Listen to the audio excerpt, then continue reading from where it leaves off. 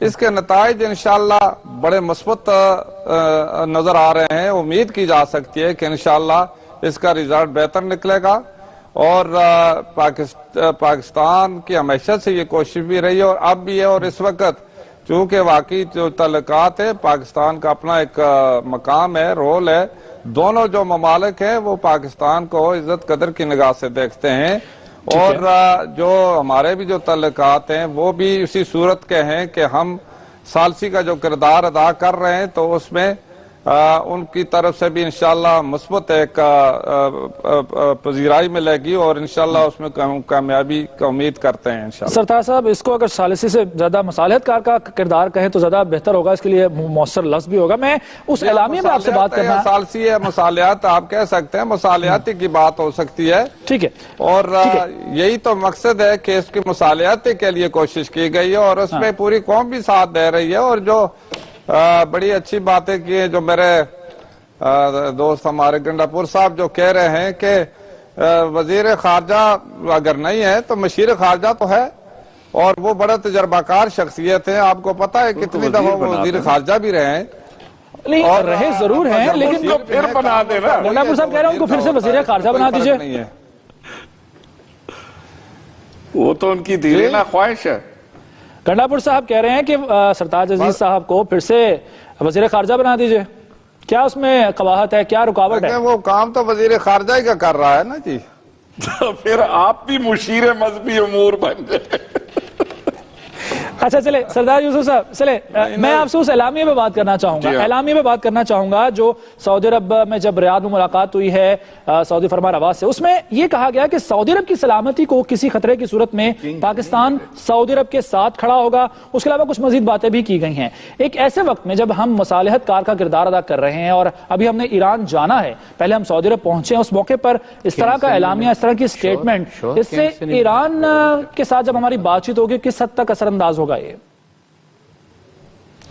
دیکھیں یہ بات کوئی اثر نہیں کرے گی, کیونکہ پہلے سے جہاں تک سعودی عرب کی سلامتی کو خدا نخواستہ کوئی خطرہ ہوگا تو پاکستان کا تو یہ پہلے سے ان کے ساتھ ہے کہ اس کے ساتھ وہ سعودی عرب کے ساتھ کھڑے ہوں گے. حرمین شریفین سعودی عرب میں ہیں اور مسلمانوں کے یہ تمام پاکستانی کیا کہ پورے عالم اسلام کے جتنے بھی مسلمان ہیں وہ یہ اپنا ایک فریضہ سمجھتے ہیں حرمین شریفین کو خدا نخواستہ کوئی اگر خطرہ ہوا تو ضرور اس کا تحفظ کے لیے وہ آگے بڑھیں گے. دوسری بات یہ ہے کہ جو ایران کے حوالے سے ابھی یہ بات ایران کے خلاف نہیں ہے کہ جہاں تک ایران کے ساتھ اگر بات ہوگی, وہ تو جو ایک اعلامیہ میں بات آئی ہے وہ اس سے پہلے بھی ہوئی ہے, اس عزم کا اظہار ہوا ہے اور یہ اس کا اعادہ بھی ہوا ہے. اور ایران کے حوالے سے تو مصالحت کی جو بات ہوئی ہے اس سلسلے میں خطے میں امن قائم کرنے کے لیے وزیر اعظم نے خادم حرمین شریفین سے بات کی ہے, اس بات پر اتفاق کیا, انہوں نے اس کو اپریشیٹ کیا. تو یہ پر کل انشاءاللہ اگر تہران میں صدر روحانی صاحب سے بات کریں گے تو انشاءاللہ ان کی طرف سے بھی یہ ایک مثبت امید کی جا سکتی ہے. ٹھیک ہے, اعجاز چودھری صاحب آپ کو شامل کرتا ہوں میں. جیسے کہ میرے سوال ابھی اعلامیہ کے حوالے سے بھی کیا سردار صاحب سے بھی کہ سعودی عرب کا تحفظ کیا جائے گا, اور بقیہ بھی آپ نے یقیناً وہ پڑھا ہی ہوگا اعلامیہ. تو اب ایران جائیں گے اور جس طرح سے جو سٹیٹمنٹس وہاں پر دی گئی ہیں, کیا اس کا کوئی اثر پڑے گا اور ایران کیا ہمیں اتنا ہی سنجیدہ لے گا جیسے کہ ابھی ہم سعودی عرب میں ملاقات کر کے آئے ہیں؟ دیکھیے ذیشان, میں نے اپنی بات کا آغاز یہاں سے کیا تھا کہ مجھے سب سے پہلے غرض ہے پاکستان. ٹھیک, پاکستان میں اس ملاقاتوں کا دونوں جگہ جانے کا مثبت ہی اثر ہے, اور اگر جتنا توازن ہمارا ان ملاقاتوں میں ہوگا, جتنا توازن ہمارے اعلامیوں میں ہوگا, اتنا زیادہ پاکستان کو فائدہ ہوگا. اور مجھے اس سے سب سے پہلے سب سے زیادہ غرض ہے, میں امت مسلمہ کی بھی تبھی کوئی خبرگیری کر سکوں گا, تبھی کوئی نگہداشت کر سکوں گا اگر میرے ہوم فرنٹ پہ سب ٹھیک ہوگا. ٹھیک, اس کے بعد میں سمجھتا ہوں کہ یہ بلا شبہ بالکل ٹھیک ہے کہ سعودی عرب نے بہت سے مشکل اوقات میں پاکستان کی مدد کی ہے, اور ہمیں حرمین شریفین کا بڑا تقدس بھی ہے, اور ہم دل سے چاہتے ہیں کہ کوئی میلی آنکھ سے بھی اس طرف نہ دیکھے.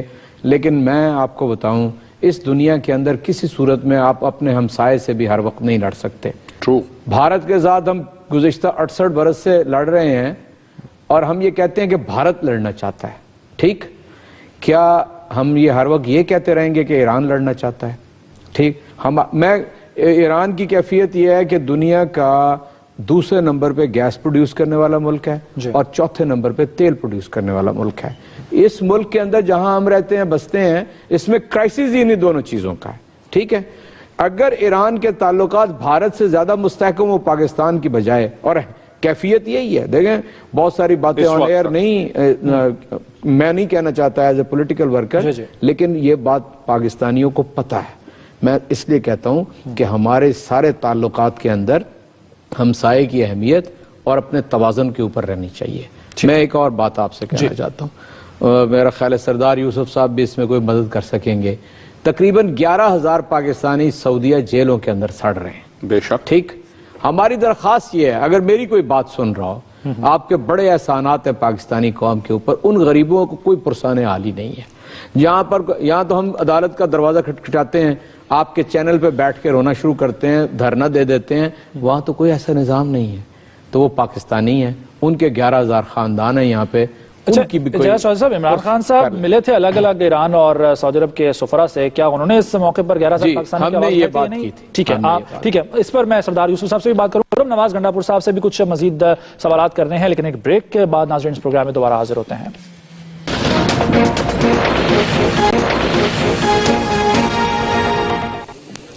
پروگرام میں ایک بار پھر خوش آمدید۔ اسٹوڈیوز میں موجود ہیں اعجاز چودھری صاحب اور خرم نواز گنڈا پور صاحب، اسلام آباد سے سردار محمد یوسف صاحب۔ گنڈا پور صاحب، آپ کی طرف آؤں گا میں۔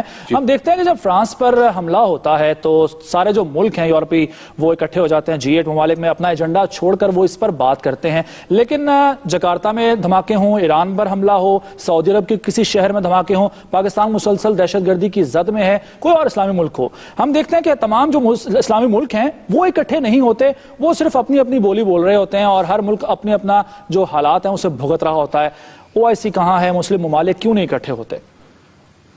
دیکھیں جی، OIC تو اپنا ایفیکٹونیس بہت عرصہ ہوا کھو چکی ہے۔ ہم اس میں کیوں موجود ہیں، اس سے ہم کیا مقصد حاصل کرنا چاہتے ہیں، یہ میری سمجھ سے تو بالا تر ہے۔ شاید ہم اتنے لائق لوگ نہیں ہیں یا اتنے سمجھدار نہیں ہیں، لیکن OIC کے اندر رہنے کا جواز مجھے نظر نہیں آتا۔ اچھا، کیونکہ اگر